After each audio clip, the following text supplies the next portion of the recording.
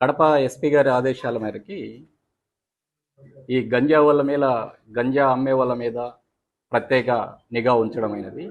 అందులో భాగంగా మన టూ టౌన్ ఇన్స్పెక్టర్ యుగంధర్ బాబు, వాళ్ళ ఎస్ఐ ధనుంజయుడు, వాళ్ళ సిబ్బందితో కలిసి వెహికల్ చెక్ చేస్తుండగా మన గౌరమ్మ కట్ట వీధిలో, ఇక్కడ ప్రొద్దుటూరులో గౌరమ్మ కట్ట వీధిలో నారాయణ స్కూల్ దగ్గర కొవ్వూరు గ్యారేజ్లోని ఖాళీ స్థలంలో గంజాయిని విక్రయించడానికి కలిగి ఉండిన షేక్ అహ్మద్, షేక్ రహమతుల్లా, మంజుల వేణు, షేక్ అజ్మతుల్లా, నాదెండ్ల సలీం, ఈ నలుగురిని అరెస్ట్ చేయడం జరిగింది నిన్నటి రోజు.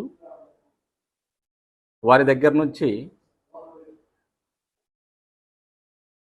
సుమారు 4 కేజీల గంజాయి, తర్వాత 33,000 క్యాష్, 2 మోటార్ సైకిళ్ళు, 4 సెల్ ఫోన్లు స్వాధీనపరుచుకునడమైనది.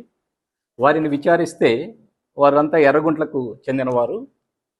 వీళ్ళు వచ్చేసి బన్నీ అనే అబ్బాయి, ఎర్రగుంట్లకు చెందిన బన్నీ అనే అబ్బాయి అక్కడ వైజాగ్లో చదువుతున్నారు.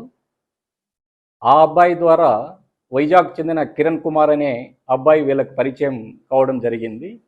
అక్కడ నుంచి కిరణ్ కుమారు 1-2 సార్లు ఇక్కడికి వచ్చి వీళ్ళకి గంజాయి కూడా ఇచ్చి వెళ్ళడం జరిగింది. ఆ మోడ్ ఆఫ్ ట్రాన్స్పోర్ట్ ఏంటంటే, ఆ కిరణ్ కుమార్ పూతరేకులు అని చెప్పి ఆ బస్సులో మన ప్రైవేట్ ట్రావెల్స్లో పెట్టడము, వీళ్ళు ఇక్కడ రిసీవ్ చేసుకోవడము, దాన్ని ఇక్కడ కన్జ్యూమర్స్కు విక్రయిస్తున్నట్లు తెలిసింది. ఆ కిరణ్ కుమారు తర్వాత ఆ బన్నీ అనే వారి గురించి కూడా పార్టీని పంపించడం జరిగింది. వారిని కూడా త్వరలో అరెస్ట్ చేస్తాము. ఇంకా ఈ సందర్భంగా, ఈ ప్రెస్ మీట్ సందర్భంగా మన ప్రొద్దుటూరు పట్టణ ప్రజలకు నేను విన్నవించేది ఏమిటంటే, తల్లిదండ్రులకు కానీ వారి పిల్లలకు కానీ ఇటువంటి గంజాయి, ఇటువంటి మత్తు పదార్థాలకు అలవాటు పడి వారి జీవితాలు నాశనం చేసుకోకూడదని కోరుతున్నాము. కన్జ్యూమర్స్ మీద కూడా ఎవరైతే వీళ్ళ దగ్గర గంజాయి కొని దాన్ని వినియోగిస్తున్నారో వాళ్ళ మీద కూడా ప్రత్యేక నిఘా ఉంచడమైనది.